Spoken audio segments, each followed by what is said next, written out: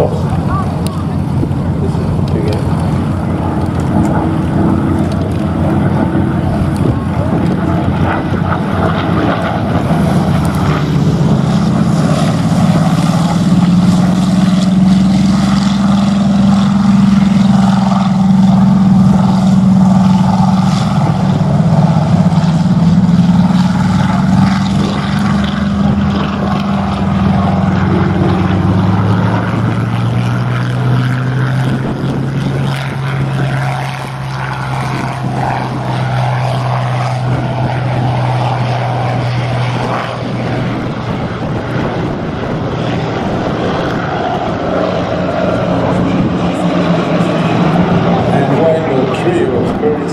Taking off, to be seen later.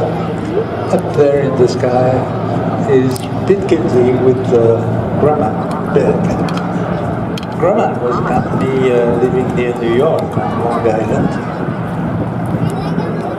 on an airfield which still exists, Republic Airfield, just east of New York. And the head of Grumman was a man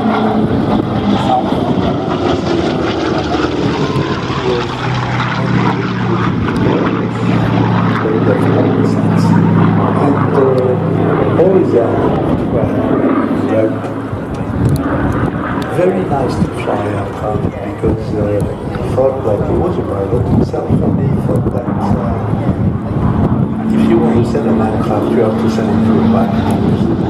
And this is fighter aircraft designed around piston engine. After that came the era of the jet. And Grumman was on the jets too. But this is the most powerful and probably fastest and wildest piston engine fighter in history.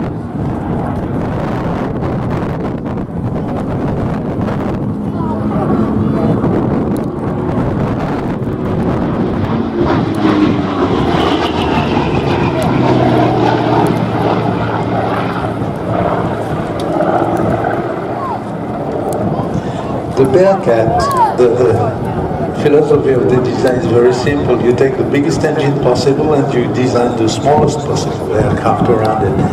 And this was at the end of the war, 1943-44. And in fact, the Bearcat never saw service during World War II. But after that, it was first used in Indochina by the French Air Force, who had bunches of them and flew them as ground attack aircraft, and then they were flown in numbers by the US Navy Reserve in the United States. That's the dark blue color. The American markings of this one. And strangely, when it entered service, the Bearcat was considered by many as superior to the first jets arriving. It was a better climber, and it was nearly as fast, and it was much more maneuverable, and at low speed it was very manageable too. Some say that Grumman, before starting the design of the Bearcat, had a good look at what was at the time engineering terms, what was probably the nicest aircraft of the period, the Ford 190, and that the 190 inspired the Bearcat design.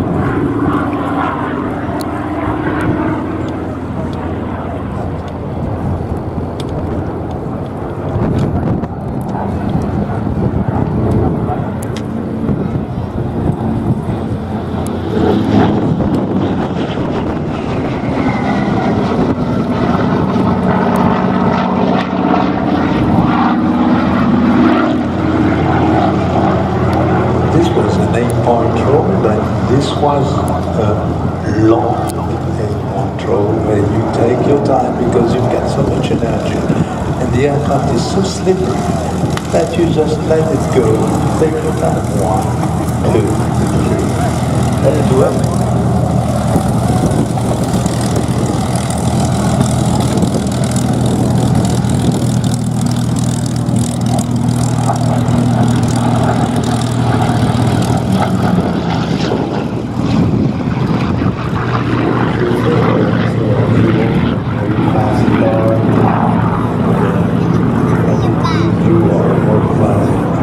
Plenty of nice vibrations, sensations. You should try that. The thing is that when you put the nose down and leave the throttle open, you reach critical speeds. You do 400 miles per hour in the middle of the night.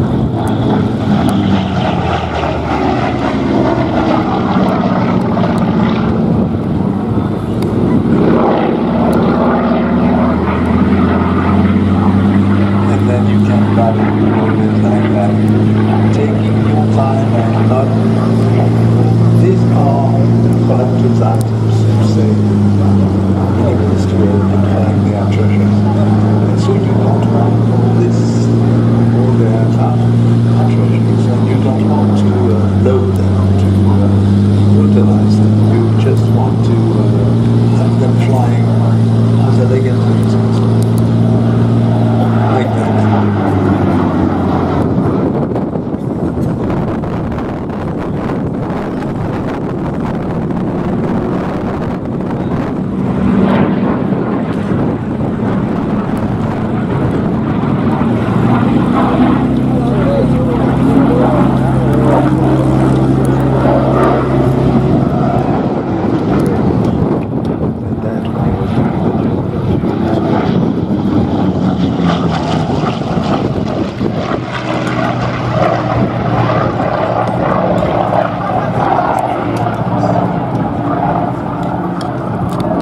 It's strange to look at this little small aircraft and see it landing on an aircraft carrier. You've got the propeller is so wide, so big, so huge that it's almost the same span than the wings. And so you're sitting behind a gigantic prop bolted to a big, huge engine, and you're a tiny little US Navy pilot strapped on a metal seat, and you try to see something ahead of you.